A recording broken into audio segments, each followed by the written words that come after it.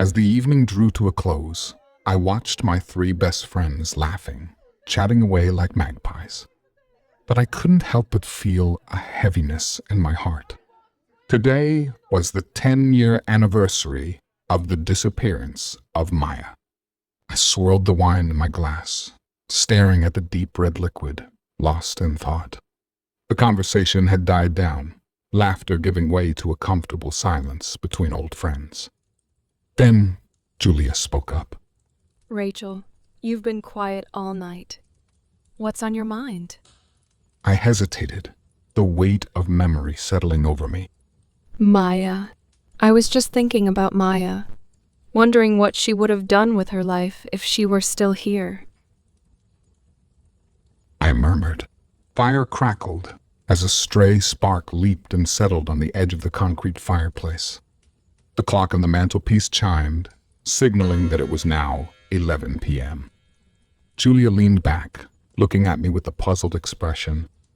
Maya. Yes, you had mentioned her once before. Who is Maya?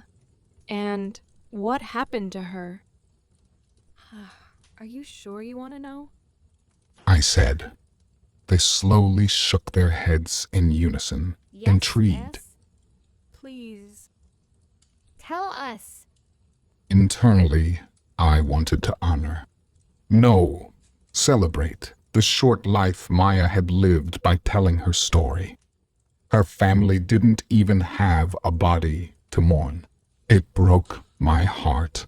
I began recounting the events leading up to the incident.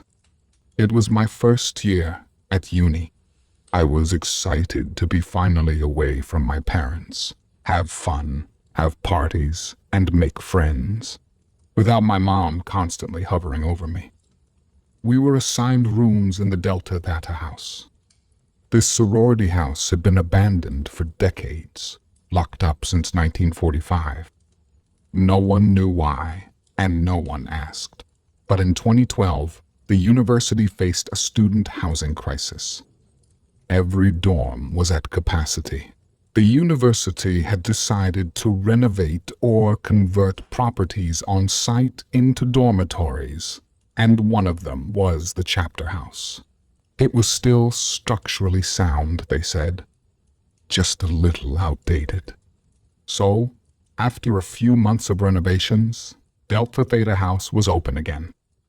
Fresh paint, new furniture, and 10 excited young women ready to move in. We were relocated from another dormitory, which was now being expanded and renovated. So some of us were already well acquainted. What we didn't know at the time was that in the basement, workers had found a bricked-up door. Behind it, a small, windowless room, frozen in time. Dust-covered furniture. Cobwebs draping over an old bed. Personal items abandoned and touched for nearly 70 years. Everything was disposed of, and the basement was turned into a laundry room. By September, the house was ready, and we moved in. The first few nights were wild, drunken bonding, reckless laughter. One of those nights, we stumbled outside, deciding to have a bonfire. Realizing we didn't have any wood, Megan had the genius idea to pick through the discarded remains of the renovation. Bricks, rotting furniture, even the old bed and mattress from the sealed-off room. It was warm and quiet, with a gentle breeze swaying the leaves on the trees. The sky was clear, and the full moon was high in the sky, casting enough light as the girls drunkenly went through the piles of rubbish, giggling and messing about. Maya, tipsy and playful, started jumping on the mattress. Bet this thing is older than our grandmothers. She laughed until she fell face first onto the ground, cutting her hand on a broken bottle. We sobered up quickly. I wrapped her hand in a scarf, applying pressure as blood seeped through the fabric. Someone called her boyfriend to drive her to the hospital, as we were all way too drunk to drive. Meanwhile, Megan spotted something shining, reflecting the moonlight among the debris. A black and white photograph, stained with Maya's blood. She brought the picture into the house to show to the rest of the housemates, but they were fussing over Maya in the kitchen. She gently wiped it clean with a tissue paper, revealing 5 young women standing in front of the Delta Theta house, holding each other's waists, smiling brightly.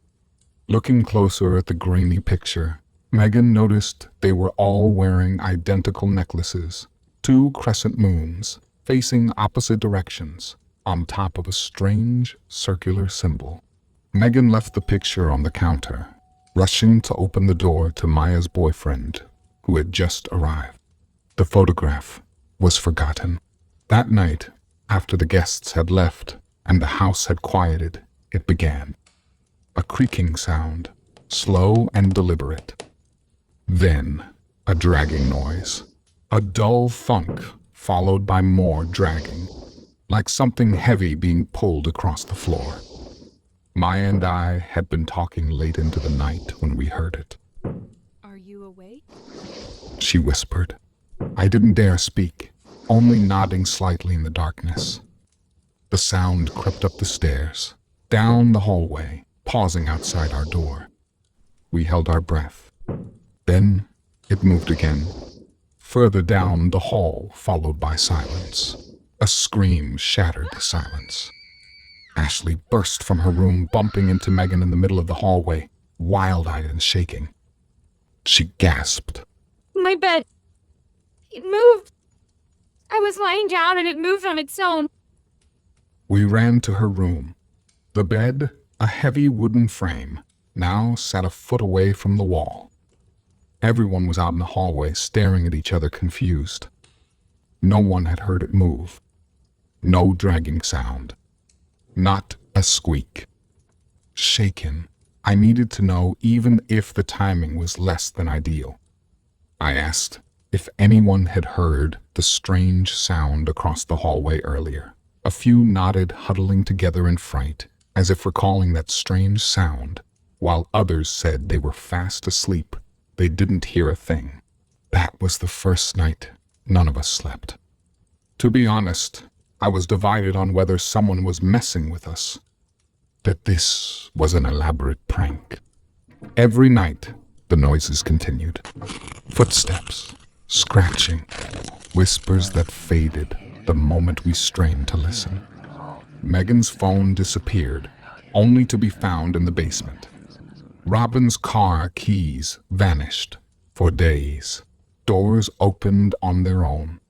Then, the worst night of all. Megan woke up screaming. We rushed into her room just in time to see her fall to the floor, like she had been dropped from the ceiling. Oh my God. I was floating. She sobbed. Something lifted me. I couldn't move. I couldn't breathe. We looked at each other speechless, horror creeping in. It was real. The house was haunted. These were supernatural occurrences. There was no denying it. A few of the housemates elected to vacate the property immediately, but their parents lived close by. But the others, they didn't have that luxury. Me included. We thought about reporting it. But who would believe us? They would probably laugh us out of the office. If the other students found out, we couldn't bear the ridicule we would face. We knew they could be merciless. We decided to sleep in pairs for the rest of the semester, after which we could make alternative sleeping arrangements. Then Robin's sister, Gloria, visited a few days later. She had heard the stories from her sister. She loved everything paranormal and couldn't help herself. She brought a Ouija board. Hoping to get some answers, Gloria convinced us to give it a go. We gathered in the kitchen, switched off the lights. Gloria had brought candles, which she placed on the countertops and around the kitchen. The flickering candles cast shadows dancing on the walls, creating a strangely spooky vibe. Gloria got everyone to sit around the table with the Ouija board in the center. We had one hand laid on top of the planchette as Gloria started. Is anyone here with us? Is there a spirit in this room? Silence filled the air. A subtle chill crept in, and I wasn't sure if it was real or just my nerves playing tricks on me. Megan pulled her shawl tighter around her shoulders, but no one dared to look away from the planchette. Gloria asked questions, but the board remained silent. Frustrated, Megan shoved away from the table. This is stupid. Let's go to bed. We left Gloria sitting there, staring at the unmoving board. Robin gently touched her shoulder, nudging her to call it a night and go to bed. That night, the house awoke. In the middle of the night, suddenly we heard a door creak open slowly. The sound was loud. It seemed to reverberate throughout the house. There it was again. That thunk sound. The dragging sound started again from down the stairs, gradually moving up the stairs, down the hall, scratching at the walls as if dragging a sharp nail on the concrete wall. Somehow, the noises sounded angrier than before. The hairs on my arms stood on end, a cold shiver crawling up my spine, as if something bad was about to happen. Then silence. Both Maya and I were terrified and held each other until I eventually fell asleep. At some point in the night, I felt someone grab my arm tightly. I opened my eyes and looked at Maya. Her eyes were wide with terror, locked onto something above us. I followed her gaze. Somehow, instinct telling me to be quiet and slow. Up in the corner of the room, crawling on the ceiling like a lizard, was a shadowed figure. Its limbs were too long, its head twisted unnaturally. It turned as if sensing our gaze.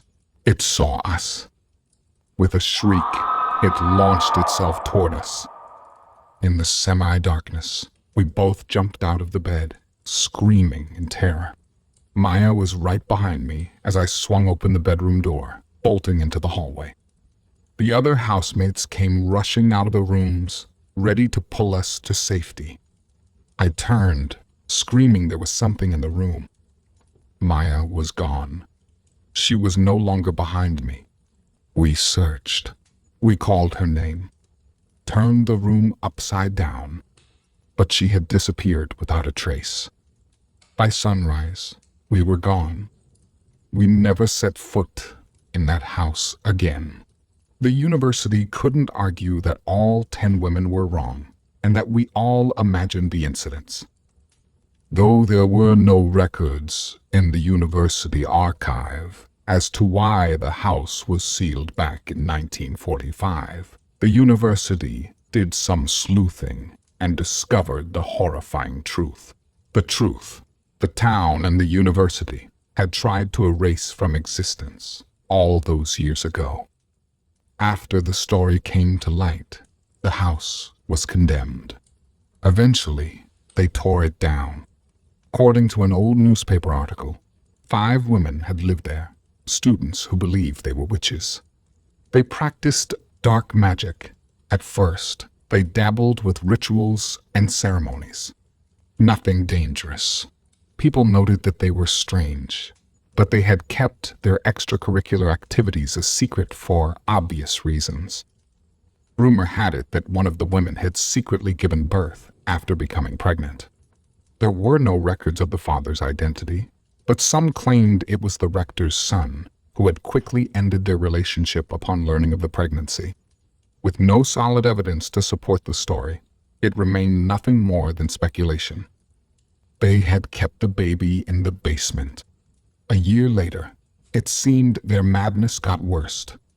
They had decided to sacrifice the 1-year-old in one of their rituals, after which they put the baby back in his bed as if he was fast asleep. Authorities will later find him and put 2 and 2 together.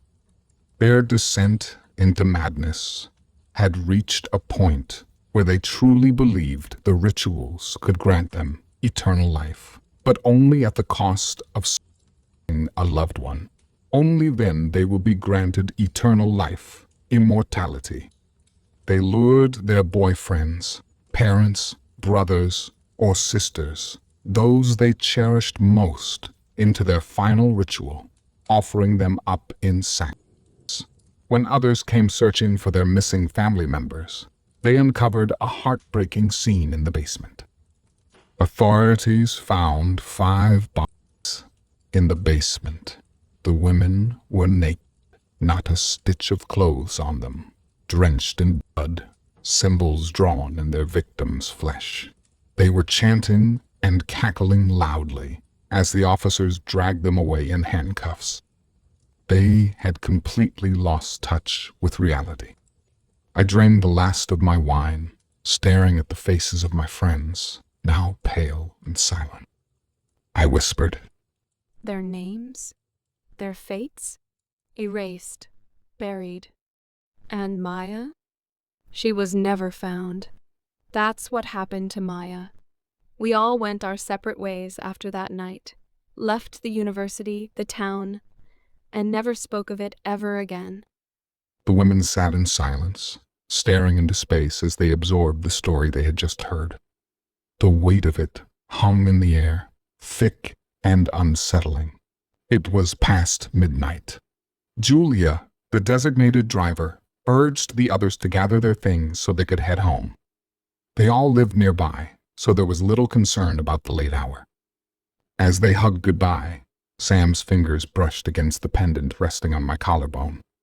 It was a small charm, 2 crescent moons facing opposite directions, etched with obscure symbols. "This looks just like the pendant you mentioned earlier, doesn't it?" she asked, glancing at the others. A chill ran down my spine. "Ah, yes," I murmured, my voice barely above a whisper. Maya found it in the basement and gave it to me. I didn't tell them the rest, that I had no memory of packing it, that it had simply appeared in my suitcase after I'd left that house. Maya had indeed found it in the basement, and the last time I saw it, it was around Maya's neck the night she had disappeared. And sometimes, in the middle of the night, I swore I could hear it whispering. Strangely, it sounded like Maya's voice, soft, almost familiar, but twisted in a way that made my skin crawl. The words were too faint to make out, but the cadence, the breath, it was unmistakably hers. And yet, it shouldn't have been. I couldn't help but wonder if, somehow, she was still here, reaching out from somewhere beyond, hoping, perhaps, that one day she'd show me how to bring her back.